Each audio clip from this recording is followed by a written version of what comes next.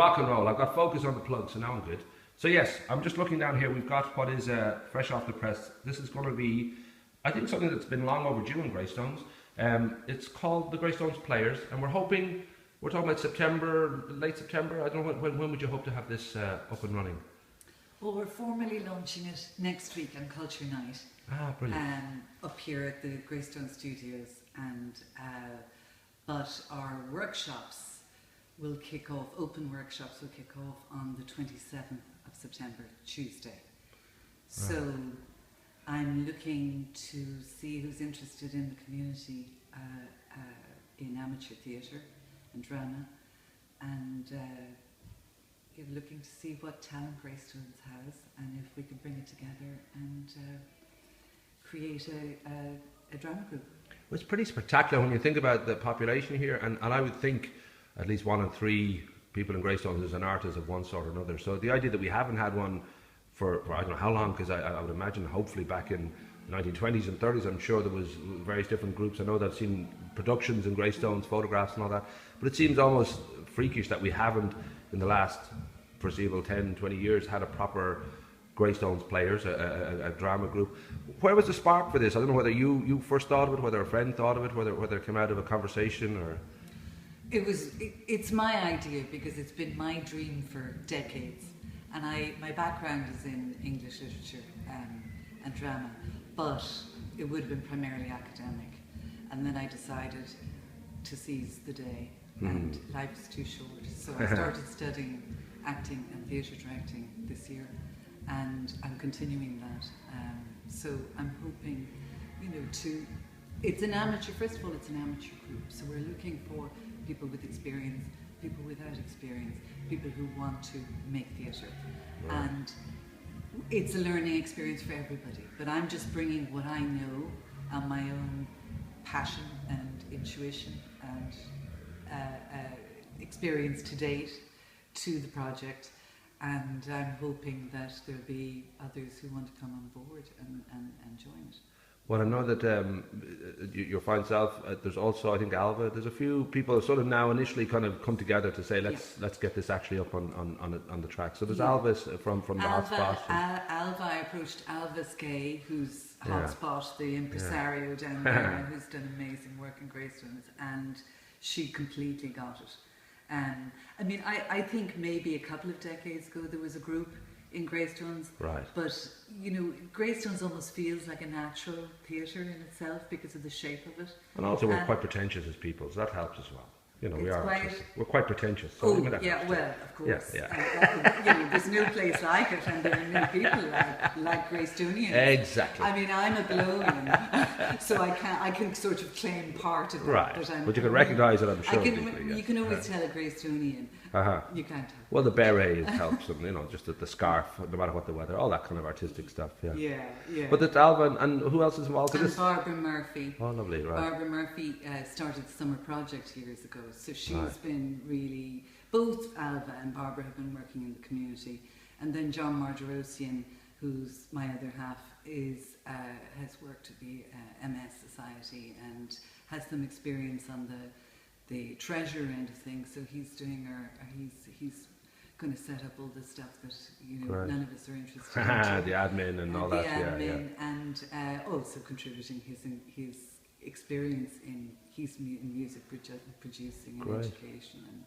Well, I know initially it's going to be an adult theatre company. The hope would be, to later on bring a youth theatre company. We will. The big reveal is on Culture Night, but we will have a lovely place to go with these players, thankfully, next year, and that will really make a huge difference, because I think the process of creating and putting on a production is wonderful, and the backstage sense of just how you can bond and how you can express, but to play it in front of an audience of especially people from your own community, that's going to be the real kind of joyful part of it, I think. And the great thing is everybody knows, hopefully everybody knows somebody in the company, and that it sort of has a bond. I mean, being in a drama group is tremendously bonding anyway, because you have to trust the people you're working with, and that's what the open workshops are going to, if you like, weed out who really is interested, who really wants to commit, who's willing to put themselves out there.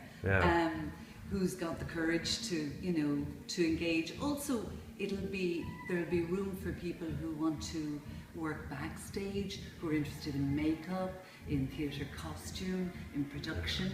So the workshops will be primarily for the acting people, but we'll be looking to put on productions, hopefully with the new theatre opening in the spring, or when Ross signs a date for the grand opening. But I mean, I just want to say Ross McParland, and you know, he has been so generous and supportive of this from the get-go, and it is a non-for-profit, so it certainly helps us defray initial startup to have this wonderful space in the studios that he's giving us effectively for the drama group. Well, he's like a big kid, really. He's been so kind of keen for everything and anything to just be part of Greystones, just to be able to, you know, have these little special corners of Greystones happening and growing, and, you know, sowing seeds for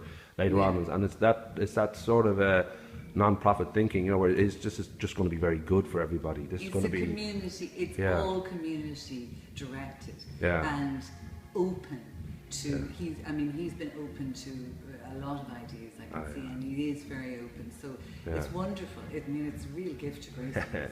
I should say too, of course, the great thing about acting groups and all that is that it's a great breeding ground for affairs. So, you know, for those who are just sort of, you know, maybe in a relationship and it's not working out that well, you know, being an actor does really seem to have that sort of camaraderie. It's like an office space, but multiplied by 100 for the emotional kind of side of it. So that's obviously another attraction for a lot of people too. We should, you know. Yeah, it'll be.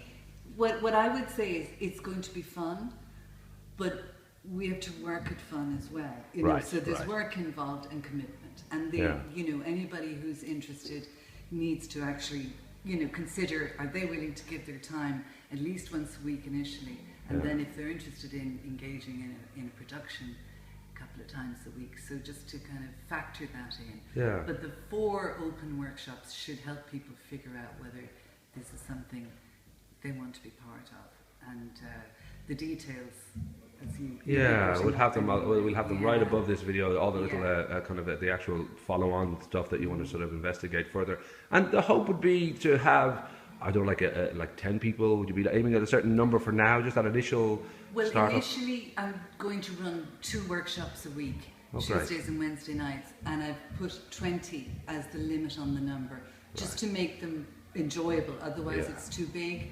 So minimum of 10, maximum of 20.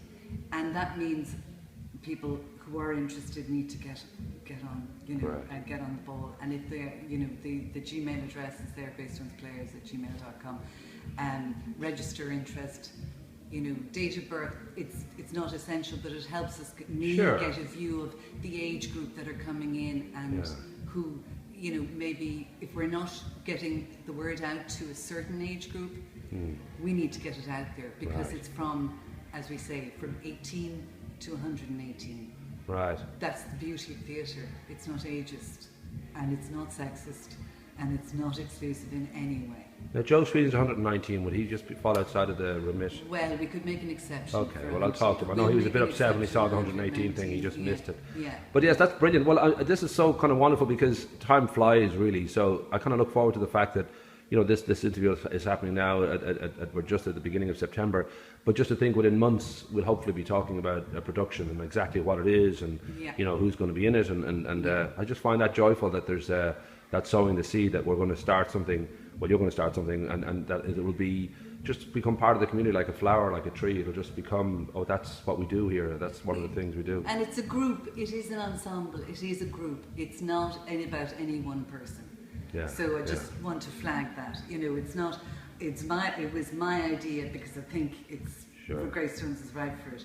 But that's where and I'm creative director at the moment. Right. We'll see how it goes. You know, creativity. There's plenty of room. For well, I was going to invite the others along, but you were the only attractive one of the bunch. So I thought, rather than, you know, we don't want to put anybody off, I just thought, let's go with the attractive person that way. I think we had to.